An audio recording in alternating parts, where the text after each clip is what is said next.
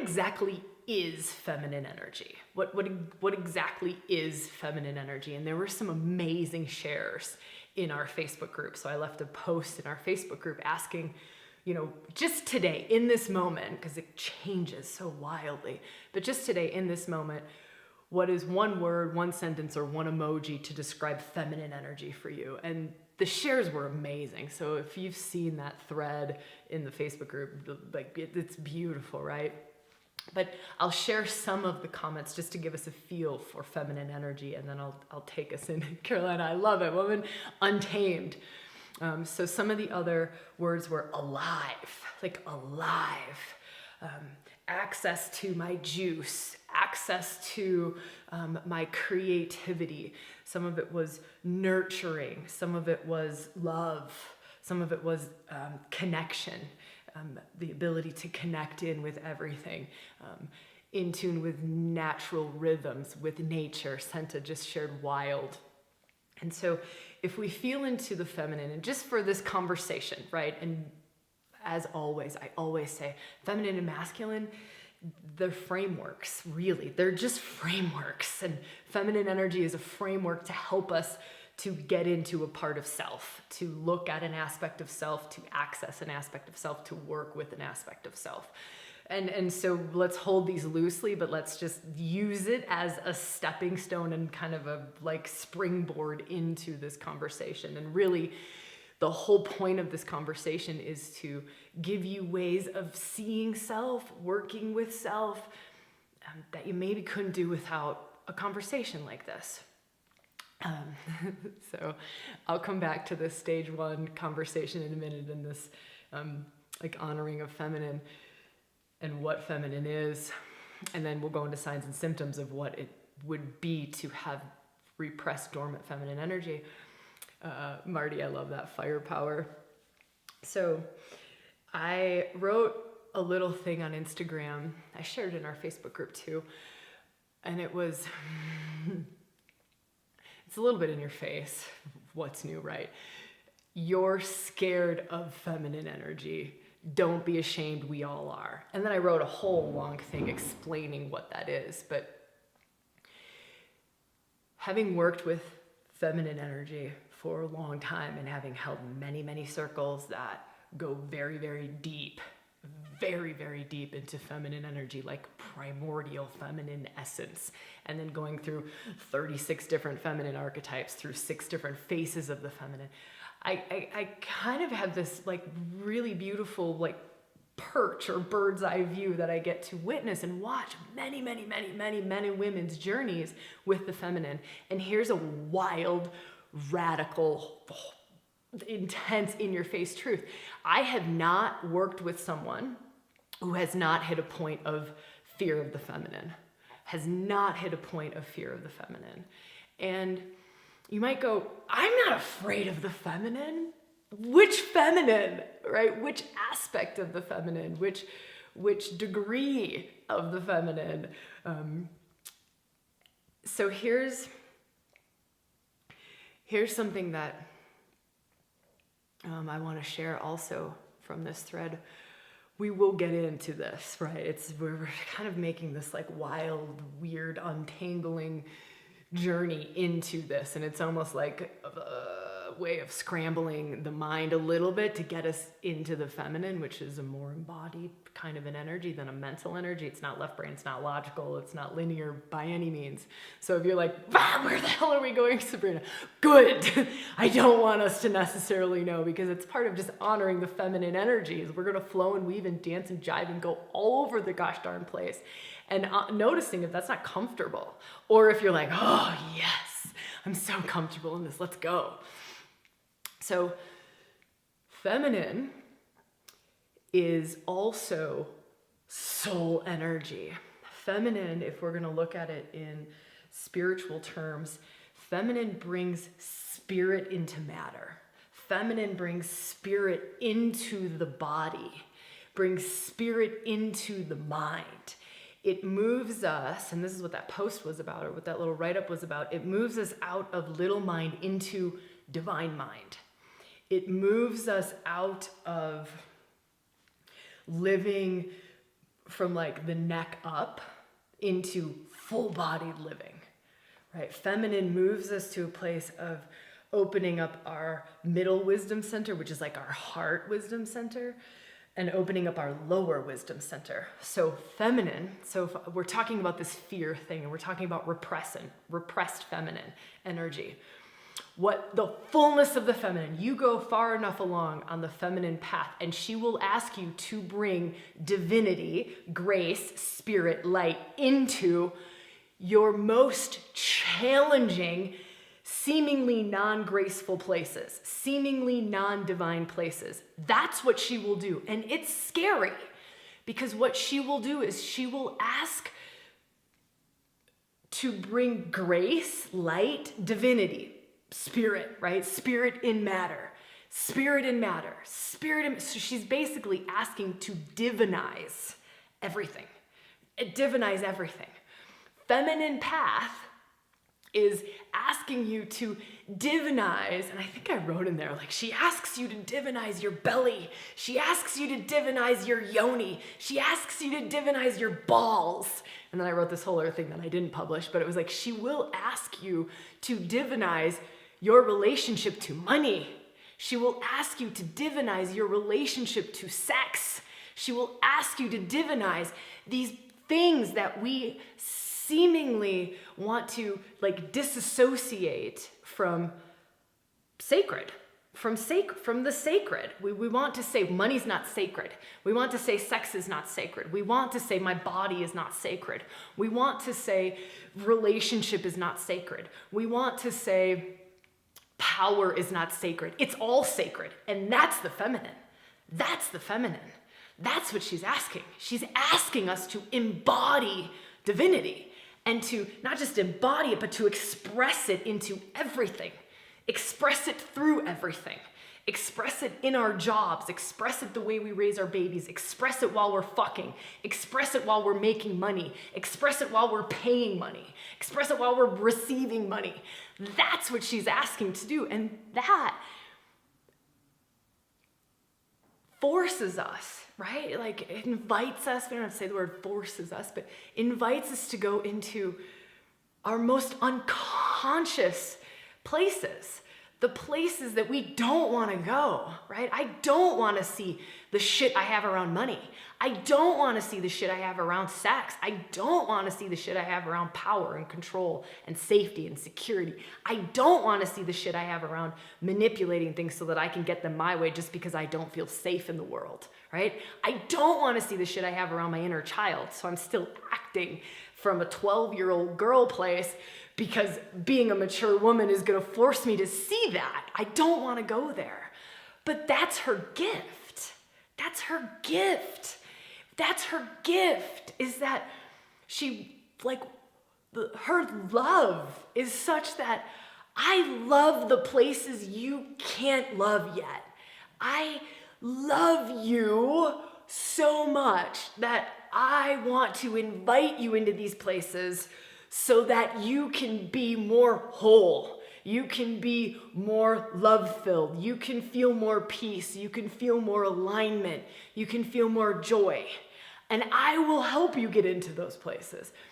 It doesn't always feel like that though, right? So here's something. For those of you who've like worked with the feminine or worked with Shakti, you might not call it the feminine, worked with Shakti, worked with embodiment practices, worked with bringing spirit into matter. It could be heart-based practices, could be hara-based practices, but it's really like living it, right? So your soul, like soulful practices, soulful living, right? Embodying soul, like you're calling more and more of your soul in so that we live from that place. So for those of you who've been walking that path, right? How many dark nights of the soul have you been through? How you share some words around this, right? Like the fears that come up, the stripping, you get stripped. She strips you because she's stripping you of all the false. She's going, that's not your identity. That's not your identity. That's not who you are. That's not you. You're still playing small, right? Like she's relentless and she's ruthless. Debbie, I love that. So many. I think Jane wrote 1 billion. I think that's a billion. I don't know. That's too many zeros for me to count. Raw. Feels like more time in the dark night than not.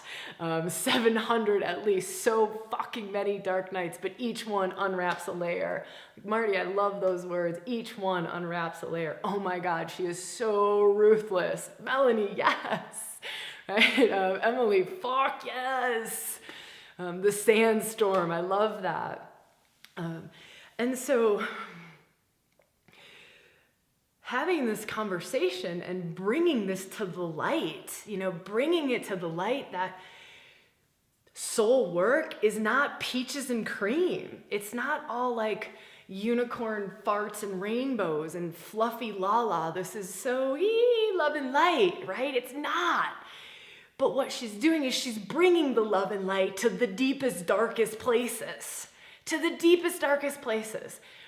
To me, that's enlightenment, right? That's enlightenment. It's not just enlightenment of escape out of the body to be enlightened when I'm in a meditative state. I'm actually enlightened while fully being in my body. I walk through the world enlightened. I have sex enlightened. I make money enlightened. I am still fully aligned with my soul. I am fully embodied. And what I'm actually doing now is I'm actually expressing the divinity out of me. I'm not just going to visit it and going, oh, I am the all of everything. I'm the infinite nothingness. I'm living it. And every time I have a monetary exchange or a sexual exchange, I'm just using sex and money because they're like the grittiest, typically the grimiest, right? We could go into other grimy ones, but we'll just use those two because they're easy. They're tangible as heck, right? But we have this exchange. It's an energetic exchange, and it's coming from like the divinity that's flowing through you, the soul that flows through you in these seemingly non-sacred energies, right? Money is just an energy. Sex is an energy. Like these seemingly non-sacred exchanges become extraordinarily sacred, and it's just gifts. It enlightens the darkest places in the human psyche. It enlightens the darkest places on the planet. That's the gift of the feminine. This is not an easy path though, right? And so let's just honor that. And there's not a whole lot of individuals, I would say, who are really fully honoring the fullness of feminine reclamation, who are,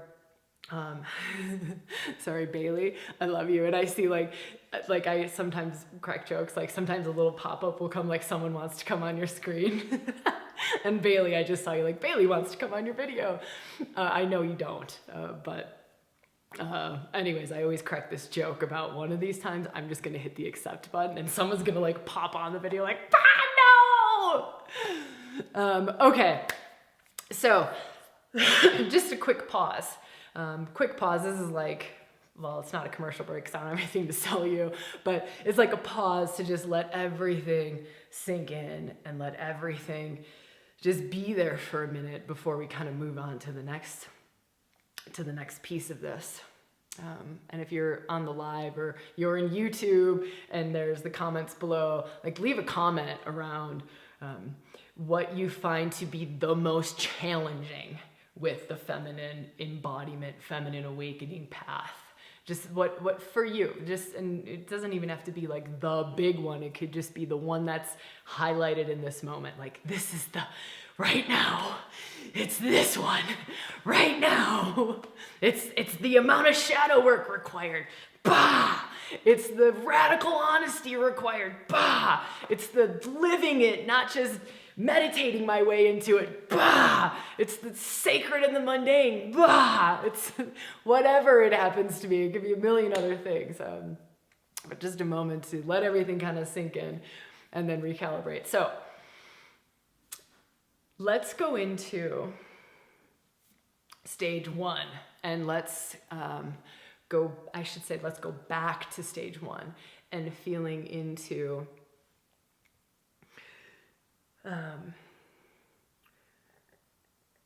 why we repress the feminine, why we repress the feminine. So I know I just kind of went off about what she demands and how relentless she is, and she's really asking to divinize all parts of us and all parts of our lives and our relationship to everything in our lives. And so just, we could probably all make a pretty quick link around why we repress the feminine. Why we repress the feminine. And there's many, many reasons why, but just here in our space, those of us who are live and on the comments, why? You know, if you look back on your journey, maybe back on your path, and you can go, I repress the feminine because, right? Just fill in the blank. Or I still repress the feminine because I hide my feminine fullness because, or I keep a lid on my feminine fullness because, or I don't fully trust the feminine because I'm afraid of, or I feel that la la la will happen. I'll just share a few of like common themes. Sarah, I love that. Thank you so much, woman. Dangerous. I keep a lid on it, or I hide her because she's dangerous. She'll get me killed. I will lose love. I won't fit in anymore. I won't belong. My family will disown me. My friends will disown me. My faith, my religious community doesn't allow me to. My group will think I've lost it. So there's this belonging piece and how will this affect my relationships piece. I love this one. I will be abandoned.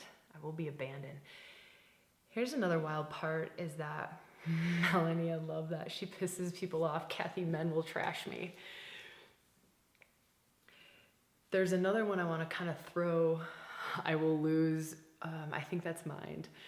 Hills, I will lose my mind. I'll hurt people. It's not safe. I repress her mostly because I feel others can't handle her. Yeah, Hills, gotcha, lose my mind. What about there's no value?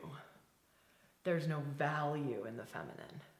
That was one that I had to work through. That was what I grew up in as a social norm, where I grew up and how I grew up was there's really no value in the feminine. There's like, what's the value of, I'm gonna give some very generic expressions of the feminine, but what's the value in creativity? What's the value in art? What's the value in that connection with other human beings in that way? What's the value in compassion and nurturing? I mean, there is infinitely deep value in all of those things for me now. But just feeling into your own experiences around that of, was kind of masculine traits more valued than feminine traits? Or maybe it was masculine traits made money, and that was something that was ingrained in us, that was the most valuable thing ever, and you even feel into society telling us what's more valuable. Is it more valuable to be like giving love? Just love, like feminine love, right? You just explode your heart and you just love, right? And the healing capacities of love, the transformative capacities of love, the enlightenment capacities of love, right? And just feel into society, like just feel into social norms, right? Is giving love more valuable than making money, looking good on paper, having a good credit score, buying a home, putting food on the table, taking care of yourself? I'm just throwing this out there as things for us to all feel into, and there is no right or wrong. This is just a conversation to open up different doors and let us feel into things. So here's a wild practice. This is like a proper legitimate practice. So I promise we do some practices in this one. Lynn, love it. Feelings weren't allowed in my family. You know, how many of us can raise our hand to that one? Or certain feelings weren't allowed in our family systems. I know for me, like, we don't cry. We do not cry. There's a crying, no. No, we are not sad. We do not cry. And so and there's deep wisdom in my sadness, like now with my relationship to my emotions. And I'm sure anyone who has worked through this and gotten to a place where they have deep relationship to the wisdom of their emotional bodies, their emotions, you go, wow, like my grief shows me so much. It is so wise. And there's no way I would ever give that up now. It took me a little while to get there. But okay, so here's the practice that I would love to take us into.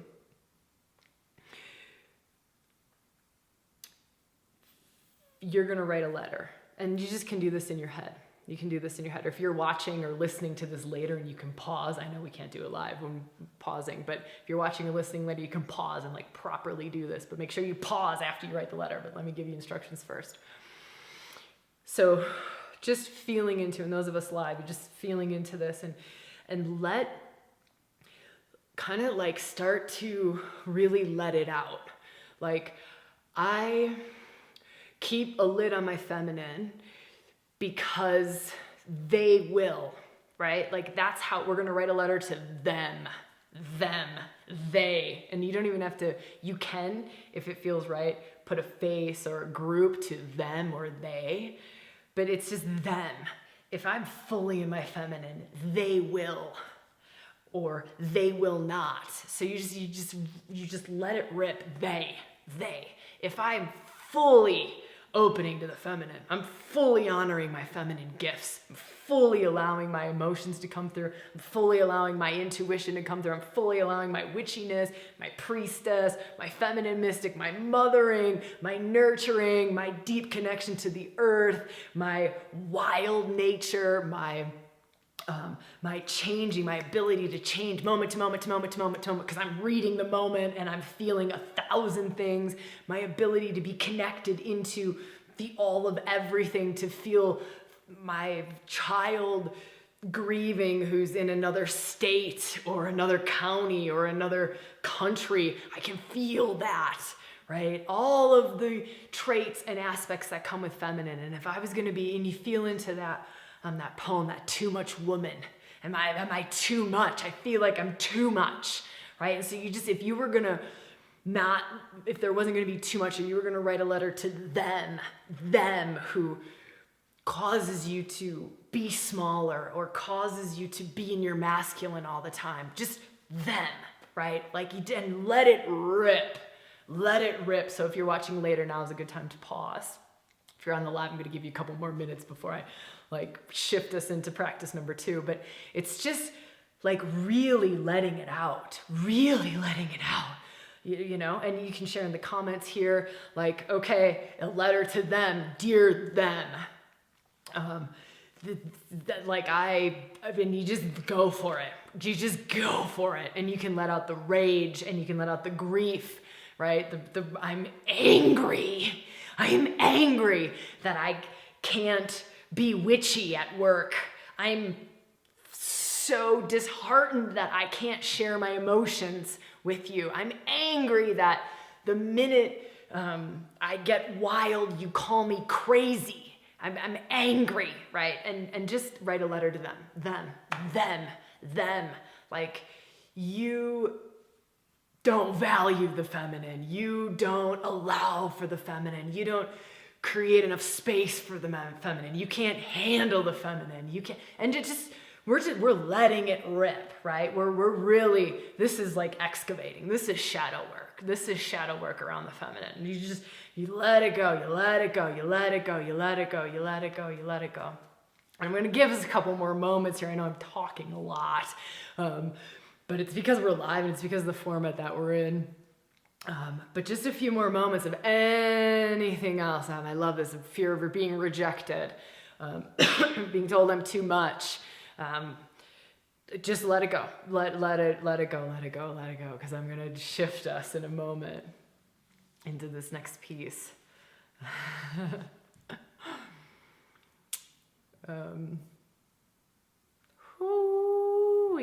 This is gonna suck. So, are you guys ready? Are you ready? Ready for like this is gonna suck. This next part is gonna suck. It's gonna suck. All right. So taking a couple of deep breaths, and if you're live and you want to pop off and go, wow, I just really want to deepen into this before you take me to the part that really sucks, then just stop and pause and get off. Or if you're listening later and you want to keep going, just pause here. But a couple of deep breaths and then letting that go. So just letting that go. Like whatever you have written now is time to just honor whatever has bubbled up or you've thought about or has come to your mind, or you've ranted whatever out. Now it's time to just let that go. So really big deep breaths, and kind of coming into center. So you just you're in your body and you breathe in a way, you move in a way, you sound in a way that, okay, I'm in my body. Now, you take that same letter, and instead of it saying dear them, instead of it being you write dear your first name. Told you this was gonna suck, right? So now it's like Senta. I know Senta's here. And so Senta, I know you're all right with me. It would be, so Senta writes her letter, dear them, and then that same letter, she changes the name. She goes, dear Senta. So for me, right, it would be, you don't let me, I don't feel held, I feel like I'm gonna be too much, I keep a lid on it because la la la la la la la la la la la la la, and then I have to then go, dear Sabrina, you don't hold big enough space for me to be my allness. Dear Sabrina, you don't value the feminine. Dear Sabrina, your emotions might be too much. Dear Sabrina, you're scared of me. Dear Sabrina, right? Right? Here's a wild part. We are creating our realities. And of course, we're all co-creating. So the person next to you, they're creating a reality, and you're a player on their stage, they're a player on your stage. But we are creating it. And so all of those things that are showing up in our lives, they've got something to tell us.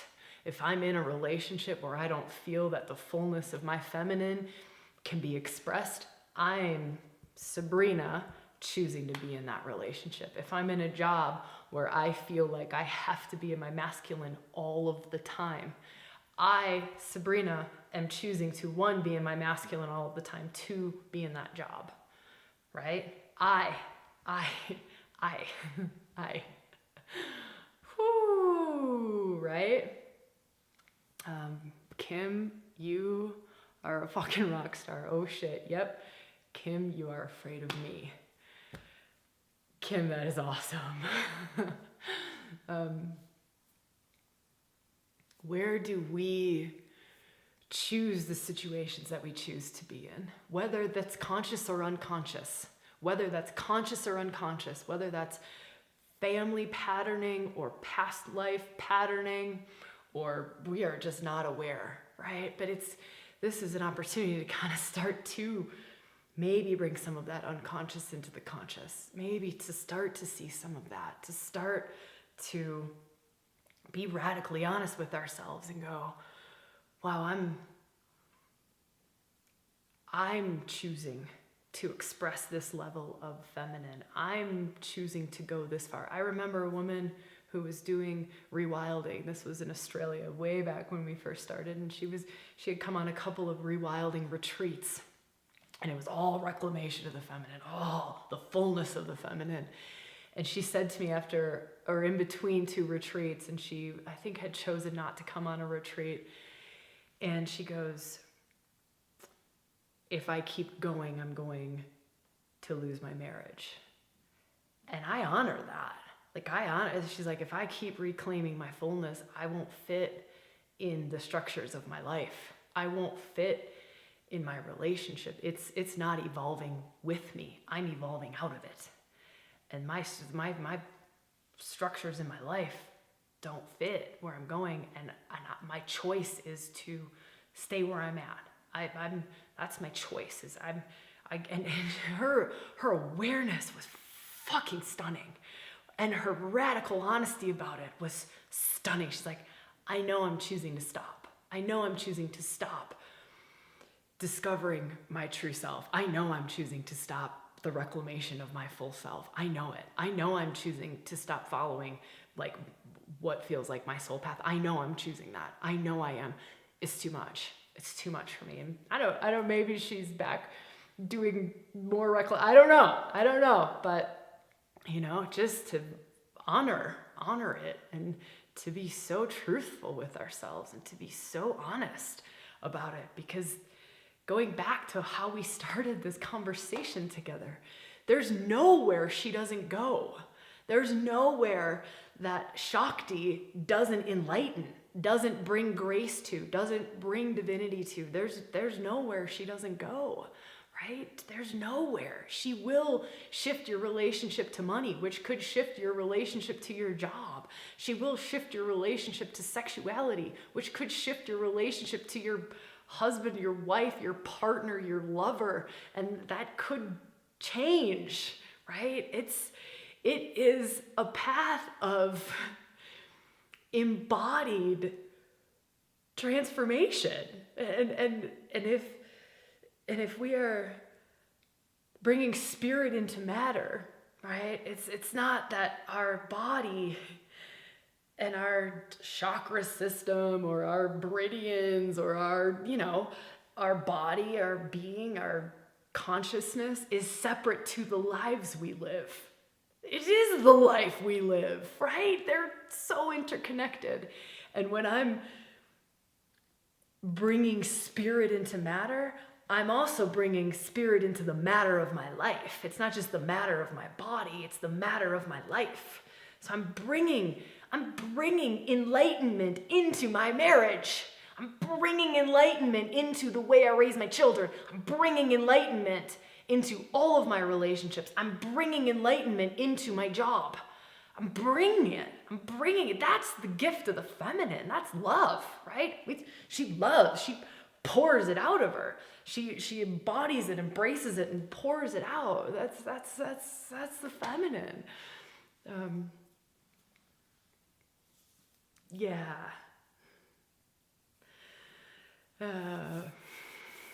Gosh. There is so much more. But I think I want to just honor things as they are. I spoke about the other 2 stages in a YouTube video that comes out this week. So if you're listening to this live, if you're here live in the Facebook group, or if you're on a podcast and you're here right around the time it's coming out, there's a video coming out on Wednesday. We release 15, 20-minute clips on YouTube, and they only go there. They're not on the podcast. They're not in our Facebook group. Sometimes we drop a link in our Facebook group, but I share the 3 stages there. And I'm going to let, if you feel to, you might just feel to just keep exploring this. But if you feel to, there's a little video about stage 1, stage 2, stage 3, and kind of the overall journey of feminine reclamation. And it links to the myth of Lilith. But to weave Lilith in just a tiny little bit here this is Lilith stage 1. So in the Lilith myth stage 1, she's in a marriage where she's trying to fit, right? She's trying to fit. She's like squishing herself. She's keeping herself small. She's trying to fit into a marriage, and trying to appease the situation, trying to keep the peace, right? How many of us can relate to that? It doesn't even have to be in a marriage. It could be in family dynamics. It could be in friendship dynamics. It could be in job dynamics. But it's like, okay, like, I was just thinking of those, like, she's just like, okay, yeah, I'm good. We're good. Like, marriage is working. Yes. Okay. And then she gets to a point where she's just like, I'm gonna die here. Like, I'm only half alive. This isn't even me. I don't even know. I'm a shell of a woman now. I'm a shell of a being. What the fuck is this? What is this? And then stage 2 is just boom, right? Is just the unlocking Pandora's box of just like, that's enough. And that's often the reclamation. Stage 2 is just, in the reclamation is just all of the emotions that came with being repressed and being oppressed and being pent up and trying to fit and trying to be small and trying to keep the peace and trying to fit in with, and we can go beyond that, trying to fit in with social norms, right? Trying to fit in with family norms.